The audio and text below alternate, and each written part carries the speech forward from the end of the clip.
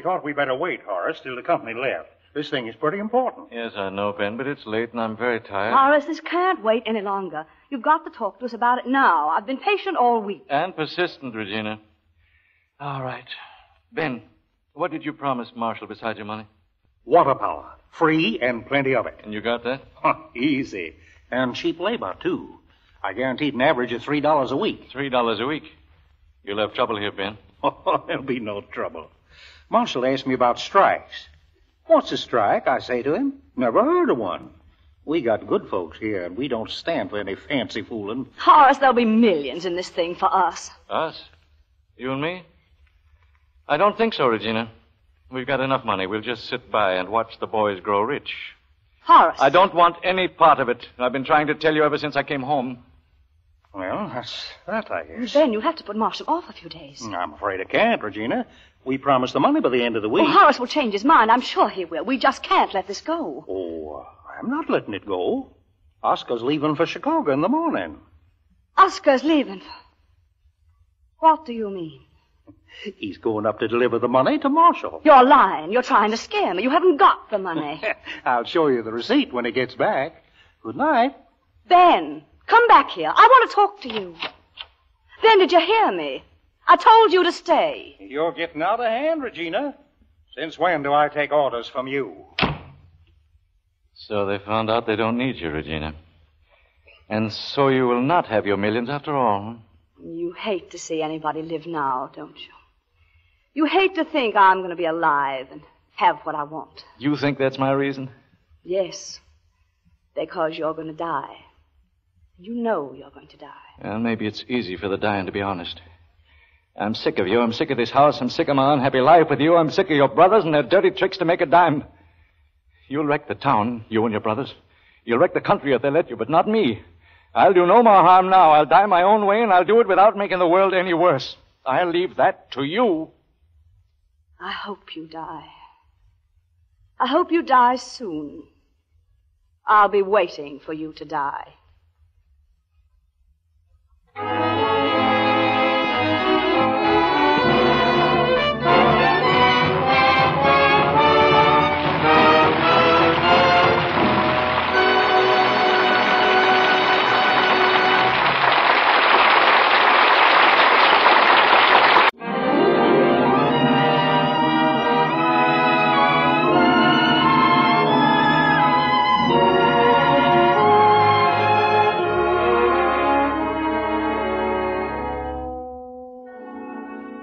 There's something going on in our house. Something, I don't know exactly what. Today after lunch we were sitting in the garden, just Papa and Aunt Bertie and myself, and I was thinking how different Aunt Bertie is when she's alone with us. She seems so happy and so gay. And then Addie brought out some elderberry wine, and Aunt Bertie had a glass or two, and I suppose that's what made her talk the way she did. All about when she was young and living at Lionette. That was the plantation her family owned. And the more she talked, the happier she seemed. And then suddenly she laughed and said, You all want to know something. I don't like Leo. Now, Bertie. My very own son, and I don't like him. Isn't that funny, Sam? I guess I even like Oscar more than Leo. Aunt Bertie, why'd you marry Uncle Oscar? Oh, Miss Ann, that's no question for you to be asking. Why not, Eddie? It's time she was asking questions. Aunt Bertie, why did you marry Uncle Oscar? I don't know. I thought I liked him then. Just ask why he married me. I can tell you that. He's told me often enough. Miss Bertie, don't. My family was good. That was part of it. But the cotton on Lionette's fields was better. Ben Hubbard wanted that cotton, and Oscar Hubbard married it for him. Everybody knew that's why he married me. Everybody but me. Miss Bertie, you talk this way and you get a headache, sure. I've never had a headache in my life. You know it as well as I do. I've never had a headache, Sam. That's a lie they tell for me. I drink. All by myself, in my own room by myself. I drink. And then they say Bertie's got a headache again. Aunt Bertie, please don't. Even you won't like me anymore. I love you. I'll always love you. Well, don't love me. Because in 20 years you'll be just like me.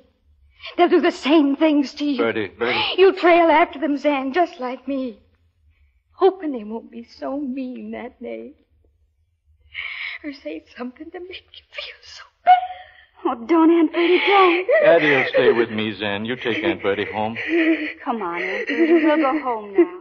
Come on, just you and me. Eddie, you read your Bible much? You know I do, Mr. Horace. You'll remember the passage.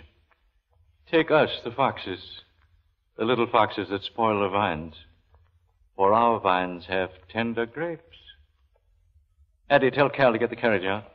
Mr. Horace, where are you going? I've got a lot to do, and not much time. I'm going over to the bank for a while.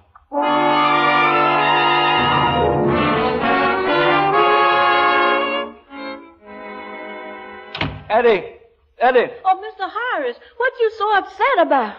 Oh, I know I should have kept you away from that bank. Eddie, is Miss Regina at home? Yes, sir. Miss Regina's in the living room. Tell Zan I want to see her. I'll be in there. Yes. Yes? Horace, we agreed that you were to stay in your part of the house and I in mine. This room is in my part of the house. Please don't come in here again. I won't. I only came in this time to tell you that, after all, we've invested our money in Hubbard, Sons and Marshall, cotton manufacturers. When did you change your mind? I didn't change my mind. I didn't invest the money. It was invested for me. What are you talking about? I had $90,000 worth of Union Pacific bonds in my safety deposit box at the bank. They're not there now. What kind of a crazy joke is this? No joke. You see, I don't look in the box very often. If someone wanted to, shall we say, borrow the bonds for just a few months.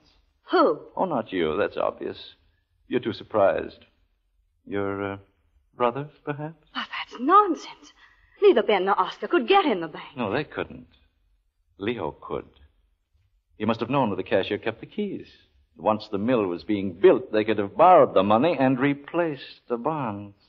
Well, this will make a fine little scandal. Couldn't it? A fine little scandal to hold over their heads. Yes. If I wished to hold it over their heads. What? I'm going to keep them. I'm going to keep those bonds as a loan from you. Understand, Regina? A loan, not an investment. An investment would give you a share of their profits. A loan is simply returned. I see. You're punishing me. I shall say and go on saying that you lent them the bonds. How could I? They aren't mine. They will be, Regina. I'm making a new will. I'm leaving you the Union Pacific bonds. The rest and my insurance will go to Zan. And you'll never say anything? Never, as long as I live. Horace, you must hate me very much. No, I don't hate you. Perhaps because I remembered how much I loved you once. I don't hate you either. I have only contempt for you. I've always had. It was as bad as that? I thought you were such a soft, weak fool. I despised you.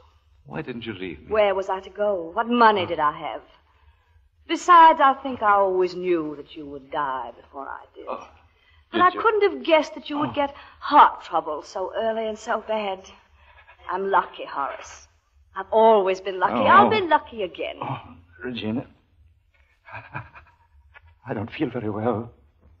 I'm afraid I'll need my medicine. If you could get it for me, please, upstairs. Regina, my medicine. You'll have to hurry. Don't just stand there. My medicine. Upstairs. Don't you understand? Oh. No. You couldn't. You couldn't. Eddie. Come on. No. She can't hear me. I have to go up myself. Upstairs. I will. I'll get up those steps. Eddie, Zen! Mama, what is it? I thought Papa! Papa! Zen, you better go and bring the doctor. I'm afraid your father isn't well.